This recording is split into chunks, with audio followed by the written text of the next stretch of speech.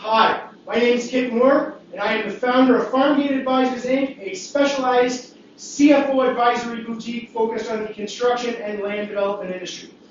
This video is diving into what is becoming apparent, which is that Canada is now facing tariffs because we're not essentially doing enough to meet the U.S.'s demands in terms of border security, defense investment, and what I want to do is, instead of complaining, unpack what we need to be doing quickly, regardless of whether or not the public sector will prove to be up to task.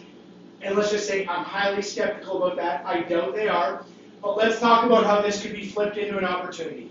Instead of talking about retaliation, fine, retaliation is a necessary evil. Let's get talking about why Canada's productivity has been held captive by our own leaders. Okay, we can blame the U.S. administration, but our growth problems are our own. When Canada grew expansively under NAFTA in the 90s, we pursued an aggressive privatization agenda. Since that time, we've essentially allowed the public sector to creep out of control, hiring and headcount at levels that are not sustainable, and we have opportunities. What could we do?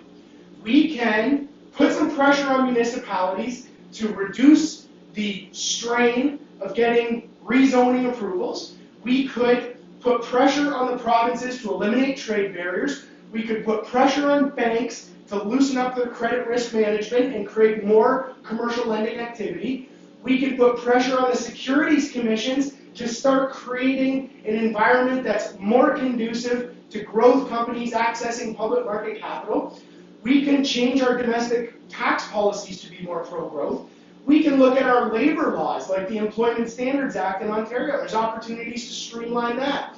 Then you can get into the fact that our single-payer healthcare system in Ontario is incredibly uncompetitive as well. You can also look at the cost of our education system. Like, folks, I hate to say it, but Canada has to wake up because our need to deregulate is here. We should have already been doing it. Now we're caught naked, essentially, and we're going to pay a pretty steep price for it. It's time to wake up, build a prosperity agenda, and in classic Canadian fashion, our government is taking it upon themselves to figure out what they'll do to help Canadians. No, listen, public sector leaders, you need to unleash the private sector. You need to have faith in the people that take risk in this country. Stop hand-holding everybody, unleash us, let the savages go, and we will rebuild this country. We need new plans for domestic defense. Our military needs uniforms. We need less CRA workers. We can go and build more security defenses at the border. We can build more in the Arctic. We need better domestic energy infrastructure. We need refinery plants. We need pipelines. There's so much we can do that the fact Canadians are sitting around nervous about these tariffs is sad. Like, come on, guys. We actually need leaders that take this seriously. We don't have them, okay? Municipalities are as bad as the federal government. The province has not been particularly pro-growth in Ontario, and it's time to get a grip. The time's here. I just laid out a series of changes that could occur. Why this dialogue's not happening is strictly because our public sector leaders have too much power, and they've prorogued our federal government at a time where we're facing these tariffs.